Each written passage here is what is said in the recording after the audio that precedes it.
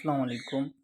CS201 practical quiz number 4 इसकी छोटी सी एक फ़ाइल है, वो आपसे शेयर करना चाहता हूँ। डिस्क्रिप्शन लिंक मौजूद होगा, आप वहाँ से इसको डाउनलोड कर सकते हैं। ठीक है, डाउनलोड का ऑप्शन आ रहा है, आप यहाँ इसको डाउनलोड कर सकते हैं और अगर चाहें तो यहीं से ओपन करके आप अपना क्विज़ अटैम्प्ट कर सकते हैं। कंट्रोल F प्रेस कीजिएगा और उसके बाद आपके पास सर्चिंग शुरू हो जाएगी।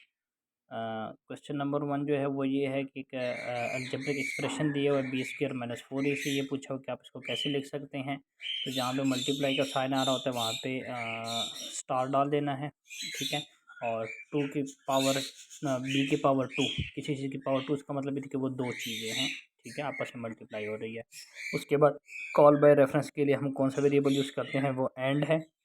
उसके बाद एक प्रोग्राम दिया उसमें ये पूछा हुआ है, ये बात याद रखें कि जो है वो स्टार और उसके बाद जो है वो एरे का इन्होंने दिया हुआ है। ठीक है, अब उसमें आपने ये मालूम करना है कि फोर्थ नंबर जो है वो हमारे पास यानी कि देखें सी आउट में जो है STR4 दिया हुआ है, आप क्या आपके पास प्रिंट करवाएगा। तो अगर आप H से गिनने शुरू करें, H0, क्योंकि एरे में ये होता है कि 0 शुरू होता है, 0 1 2 3 4। ठीक है, तो H0, E जो है 1, फर्स्ट एल जो है वो 2, सेकेंड एल जो है वो 3 और ज़ीरो जो है वो 4 पे आ रहा है। इसलिए जो यहाँ पे वो फोर्थ जो है वो उसकी जगह फोर्थ की जगह क्या प्रिंट करवाएगा, सॉरी मैंने 4 लिखा है, इसको मैं चेंज कर देता हूँ, यहाँ पे ओ जो है इसको प्रिंट करवाएगा।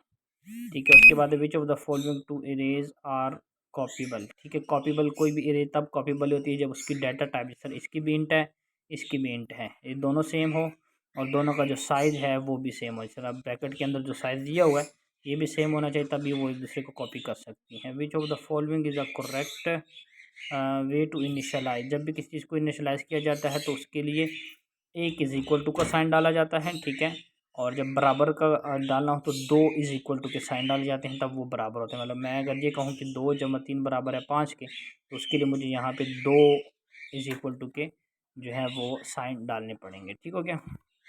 आगे while a program in C++ the statement if x=3 will result into a dash. ठीक है, जब हमारे पास ये स्टेटमेंट दी हो तो हमारे पास कौन सा एरर देगा, सिंटैक्स एरर। उसकी वजह क्या है, उसकी वजह ये है कि जब यहाँ पे देखें x=3, जो ब्रैकेट ख़त्म हो रही है इसके बाद हमारे पास कोमा डाला हुआ है, यहाँ पे कोमा नहीं आता होता बल्कि सेमीकोलन आता होता है। ठीक है, सी या C++ में हम जब भी कोई लाइन ख़त्म करते हैं तो हम उसके बाद क्या डालते हैं, सेमीकोलन डालते होते हैं। ये एक लूप दिया हुआ और ये बताया हुआ कि ये कितनी दफ़ा जो है वो इटरेशन करेगा, यानी कि लूप जो है वो ऑपरेट होगा। ये देखिए हमारे पास इंट काउंटर =1 है, 1 से शुरू करेगा और काउंटर जो है वो कब तक गिनेगा, जब तक 10 से छोटा ना हो। ठीक है, सिर्फ लेस देन का साइन है, =2 का साइन नहीं है।